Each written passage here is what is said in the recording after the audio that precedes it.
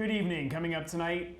In light of recent on-campus protests, the University of South Carolina has implemented a new required training program for all faculty. And the Gamecocks will make yet another change under center this weekend. Find out why this one might last a little longer. And finally, a prominent civil rights attorney is calling for charges in the death of an inmate in Charleston County. But first, we've had a cooler day here in the capital city today, but the weather's been sending some crazy mixed signals. Kaden, what's going on? You're right, Finn. It has been a little bit crazy. We did feel those cool temperatures move in right over the weekend because of a cold front that came through. And we will see that some temperatures drop down again before then it gets a little bit warmer. And I'll have more on that, on those details and more on tonight's episode of SGTV Nightly News.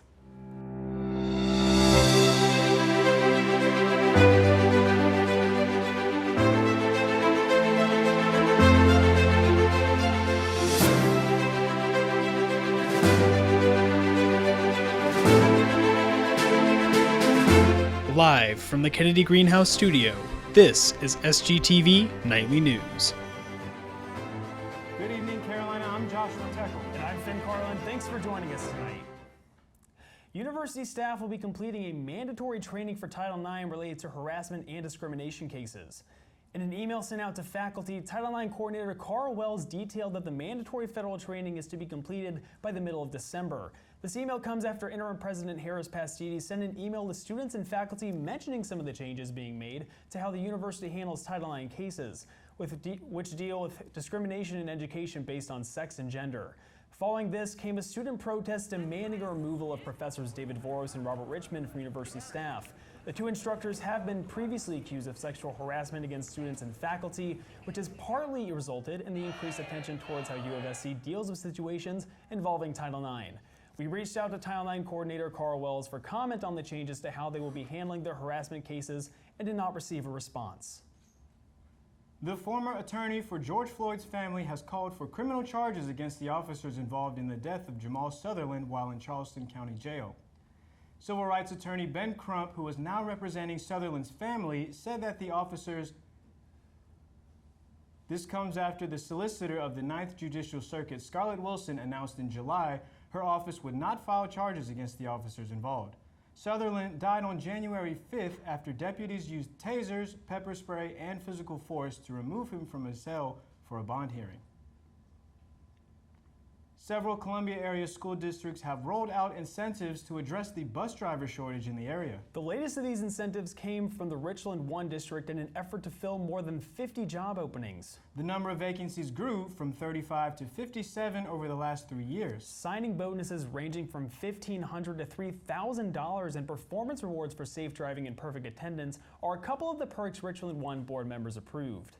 Although the methods for addressing the shortage vary between districts, relying on existing drivers to double or triple their routes is one method board members are trying to avoid. All right, now let's go ahead and get a look at the latest developments for COVID-19 around the state and on campus. In South Carolina, COVID cases and transmission have continued to decline over the past week. Today, 414 new cases were confirmed by SCDHEC in the state, a drastic drop from a week ago today, adding to a total of about 712,424 cases. And two new deaths were also reported today, another big drop over the last week, adding to the total 11,533 deaths with no probable deaths. Moving closer to home, COVID cases have risen. There are 2 new coronavirus cases reported in recent days, and there are 40 active cases for the campus, up from 26 last week. Despite the rising cases, the percent positive of COVID tests has dropped at around 1.2%, down from 1.5% when the dashboard was last updated. And as of right now, about 67.2% of the Columbia campus is fully vaccinated against COVID-19, and the university's alert level remains at new normal. And Josh, this past weekend, we have 2 very big events that happened. We had the football game against Vanderbilt, and also the state fair is going on right now. So it creates a little bit more opportunity for COVID to spread, especially if you're being maskless outside. You're right, and with that extra exposure, it's important that we try to stay socially distanced and get tested when we can. Exactly, and if you are feeling symptoms for COVID-19, you definitely want to be sure to try to get tested so that you can be sure that you're not getting sick. Of course. Coming up, we'll tell you about more accolades and incoming for the Gamecock women's basketball team, and our own Austin Nasser will give you updates on all things Gamecock sports, so stay close. Welcome back, everyone. SGTV News 4 sports anchor Austin Nasser is here with breaking news on the Gamecock football team. Austin, what's going on? Thanks, Finn. As South Carolina prepares to take on Texas A&M in College Station this week, the program was hit with a major piece of unfortunate news. Let's hear what head coach Shane Beamer had to say at this weekly news conference today. Update on Luke. He, like I said the other night, he re-injured his foot. So we've met with some specialists here over the last couple days. He will be done for the year. He's going to have surgery this week. It's the best thing for him, short term and long term, is to get this thing healed up. Now, as Beamer said, the Gamecocks will be without Luke Doty for the remainder of the season, which means that graduate assistant Zeb Noland will fill in for Doty as the replacement starting quarterback. Doty had been battling a foot injury since the offseason when he sprained his foot back in mid-August. The lingering injury had caused him to miss the first 2 games of the season. However, Doty battled through the pain and led the Gamecocks from the quarterback position over the past 5 games. From talking to a lot of people in this program, I had been told before the Vanderbilt game that he is probably 1 and 2, no disrespect to any other player, but one of the toughest players to ever play here at Carolina, along with Connor Shaw.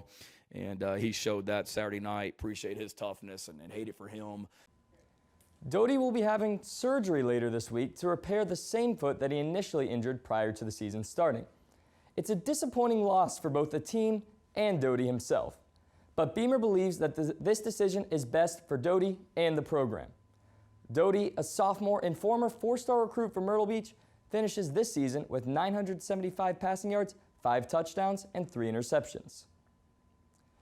Now, fresh off the heels of a big money contract extension, the Dawn Staley Parade is only getting bigger here in Columbia. Why is that, you ask? Because once again, Staley's Gamecocks are the #1 ranked team in the nation in the Associated Press preseason poll. This marks the 2nd consecutive season in which the Gamecocks will begin the year as the top team in the country. And just like last year, it comes as a surprise to no one. Staley has the luxury of returning every single player from her roster last season. And oh, by the way, she's also adding the very best recruiting class of 2021. The new class includes 4 of the top 15 prospects, all of which are McDonald's All-Americans, highlighted by the #2, #3, and #4 overall recruits in the nation. With more than enough talent to go around and a seasoned champion in Staley, the media has certainly taken notice as the Gamecocks received 14 of 29 first-place votes in the poll.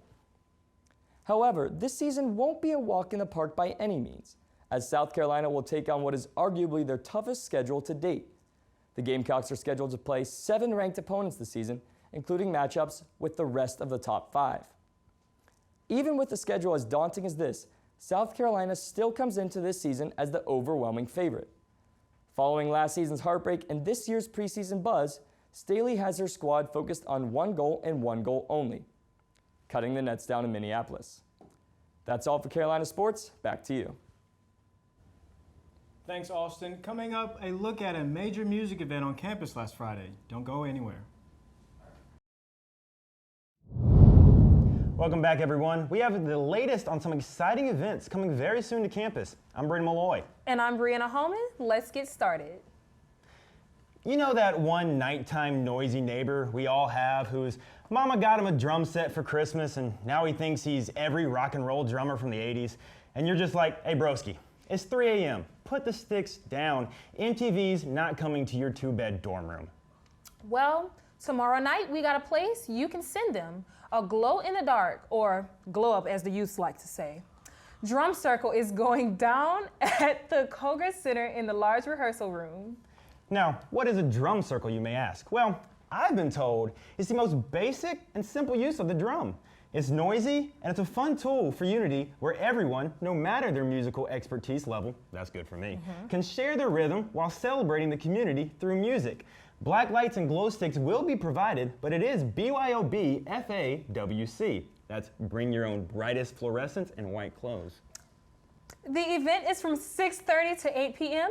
and you need to RSVP by tonight. You can send that reservation to spark@mozart.sc.edu. And I think that was a really, that was a play of words you did there. You like that? I don't know, Brady. I might have to go. You know, I banged the drums a little bit back there in middle school. They had me in percussion back there. Okay, well, you might do your thing out there. I gotta do that thing. Well, this passing Saturday, Cockstock brought a special guest to us all for homecoming. Young Nudie had students gathered at the Strom Fields buzzing with excitement. Students, including yours truly, started to get antsy that he wouldn't show, but Nudie got on stage and brought tons of energy, good vibes, and everything was all right. But I really do appreciate him finally coming. It was a little while. I was getting kind of nervous. Well, you know them artists, they gotta be fashionably late. That gets the crowd ready, they ready. Maybe, but let's not do that again, Nudie. No, get a watch, get a watch. All right, questions. If you're homeschooled, isn't all your work homework? Would Lightning McQueen buy car insurance or life insurance? If two witches watch two watches, which witch would watch which watch? And if you expect the unexpected, doesn't the unexpected then become the expected? All these questions and more will be answered tomorrow night as the Thomistic Institute hosts a speed debate event at the Darla School of Business from 7 to 9 p.m. Each attendee will have the opportunity to ask funny and interesting, mind-boggling questions and hash it out in a speed dating fashion. Well, you know, it's speed debating and cuffing season, so, you know, they kind of go hand in hand. Okay. I really feel like I would get pretty tongue-tied with something like this, though. It may be. It might get a little rough. Yeah. Is he buying car insurance or life insurance? I'm gonna do life insurance. Life insurance? Yeah. I'll go with the car insurance then. Well, I think it's safe to say that lately, U of SC has been a colorful and vibrant place to be. That's why students here have the opportunity on the 20th of this month to partake in record painting. It's a cool way to relax after homecoming and jazz up your room a little. This event is free to all students with a Carolina card and will be in Russell House Ballroom. Special thanks to Carolina Productions for keeping the entertainment alive on campus. I think my dad would be upset if we've now got to the point where we're just using records as wall decoration. Well, honestly, it's pretty cool. Like, what else are we gonna use it for in this day and age? Music? No. Okay. Coming up, meteorologist Caden Dingus is back to tell us if we can actually unpack all of our hoodies. Stay tuned. Welcome back, everybody. I wish Brady and I could tell you that you could pack and unpack all your sweatshirts, but we are looking like we're going to have some warm temperatures coming up at the end of this week. We do have a cool and calm evening tonight with some warmer temps coming on Wednesday and Thursday, a 20% chance of showers on Friday with a cold front pushing through, and sunny and warm weekend. So the state highs of today, we had a high of 77 in Columbia, and the highest were in Sumter and Florence at 79 degrees. We had stayed in the upper 70s and but all above 75 in the whole state of South Carolina today. A little bit warmer, like I said, as we're increasing those temperatures as we go on in the week. And Wednesday we'll see a high of 80 degrees with a low of 55, and it is nice and sunny. And then Thursday it is mostly sunny with another jump up in a degree with 81 degrees as the high and a low of 62. That low is a little bit warmer as well. And then Friday we see the chance of showers come in with that cold front pushing through Thursday evening into Friday morning, bringing along that rain, which also can be helped by that surface heating from the 80 and 81 degrees on Wednesday and Thursday, but we also have a low of 56 on Friday. Saturday, we have another high of 80 with a low of 54. Those temperatures are cooling down just a little bit as that cold front passes through and bringing in some cooler air. With Sunday, it is nice and sunny with a high of 79 and a low of 56. And then Monday, it is a high of 82, jumping back up again with a low of 58, but it is nice and sunny as well. Now, right now here in Columbia, South Carolina, it is 70 degrees. It feels like 70 with the southwest winds going southwest at 2 miles an hour and a 48% humidity. Cloud cover is at 5%, so very clear outside right now. And the sunset set at 6:44 p.m. It is getting later and later, everybody. So hope you guys are getting in sooner, and because as it's getting darker at night. But that's all I have for you guys tonight for meteorology on this week's forecast. But stay tuned for tonight's edition of Carolina K9s. And finally Tonight's Carolina K9 is Italia. Italia. This picture was sent in by Lauren Johnson. She's a purebred bloodhound named after the Ferrari to match her brother Enzo. This cute little pup howls when she's hungry and loves to play. I absolutely love the name. I've never heard Italia for Italian the name of a names puppy, are the funnest names to say. You can always Right? have fun with that. Yeah, exactly. And I recently watched Ford vs. Ferrari, not that it relates a ton, so like I recently just got my fix of Ferrari, and I'm willing to bet that dog can do some zoomies. Oh yeah. Especially for brothers named after Enzo Ferrari. I mean, come on. Oh yeah. We could have our own little Ford vs. Ferrari race. All we have to do in South Carolina is find a dog named Ford. and do Ford versus Italia and have our own little race. And then have Enzo be in the crowd watching. Exactly. Yeah. My money's on Italia. Well, Lauren, you heard it here first. We're going to make it happen. That's all we have for tonight's edition of SGTV Nightly News. Be sure to follow us on Instagram, Twitter, and Facebook at SGTV@USC. To keep up with all of our content, be sure to also visit us online at sgtvonline.com. And one more thing, be sure to subscribe to our brand new news brief, SGTV Recap, in time to receive next week's edition. We'll be sending you a recap of all the week's news from SGTV every Monday morning through Thursday night. For SGTV Nightly News, I'm Finn Carlin. And I'm Joshua Teckel. From all of us here at SGTV, have a great night, Carolina. Forever to thee.